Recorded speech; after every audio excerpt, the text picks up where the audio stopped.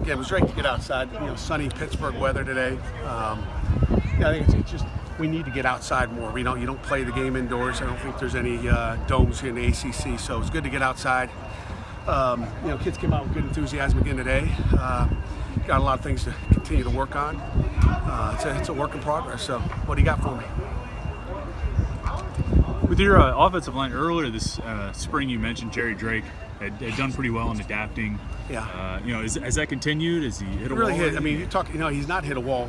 He's such a mature kid. We kind of knew that in the recruiting process, Chris, that he was mature, very serious, and I think that's why he came here. That's why he came mid-year. He's got an agenda, and he continues to work hard. I mean, he's still making, freshman mistakes. He's a high school player still. But he's really done well. He's been running with the twos, and he just continues to get better every day, I think. What about Morrissey as a walk-on? He seems to be getting a lot of work too, right? Really is. He's a good football player. That's a great walk-on that's going to earn a scholarship here someday.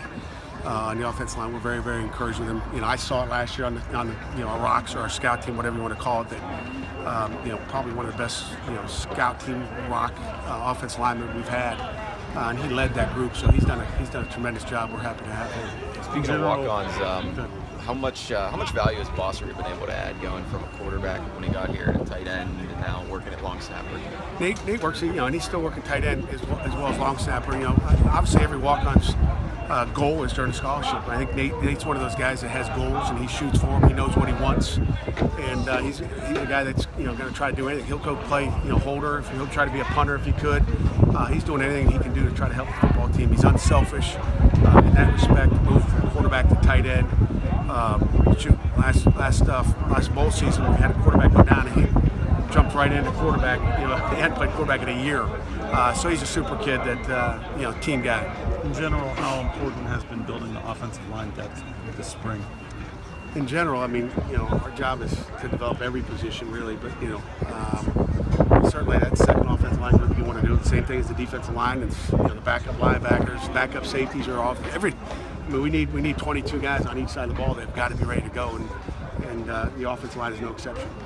Who's kind of stepped up to provide some of that depth? Is it Pilato, or you mentioned Morrissey or Drake? It's still too early to see. We've gone through one scrimmage. That's we had one little live period today. Otherwise, it's just studs. So you really don't get to see as much when it's not. It's like, did he make the play or not? Did he make the block? We're trying to stay off the ground, and our kids are mature enough to do that pretty well today, I think. But Pilato has shown some spurts in there.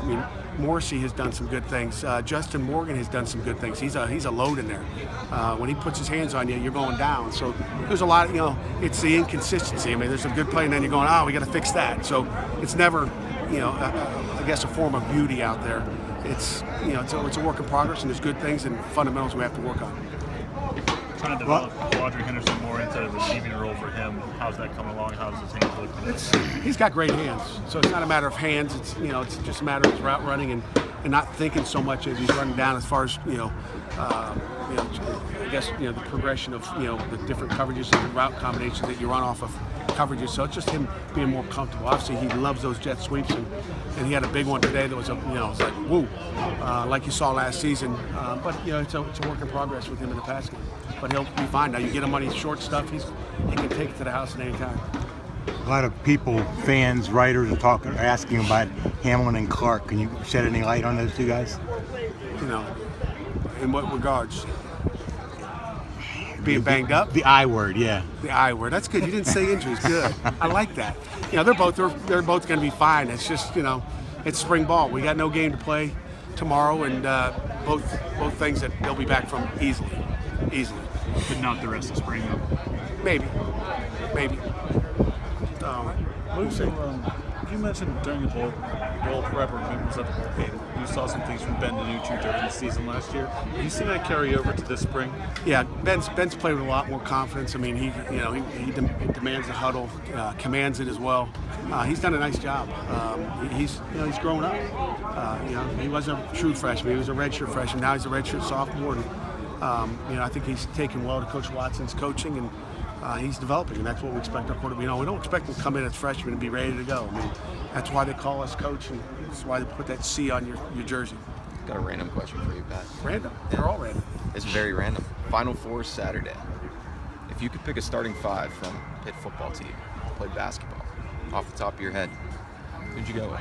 I'm going to take Brian O'Neill underneath the hoop there, Okay. you know, the 5 or whatever you guys call it now. I'm going to take Dane Jackson.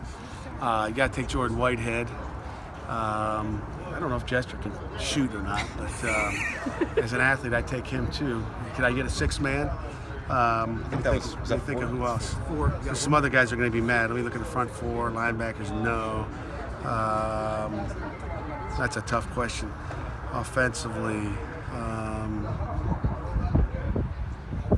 maybe Jared Jones-Smith, another big guy. We're going to get some power game Twin going Tower, inside. yeah.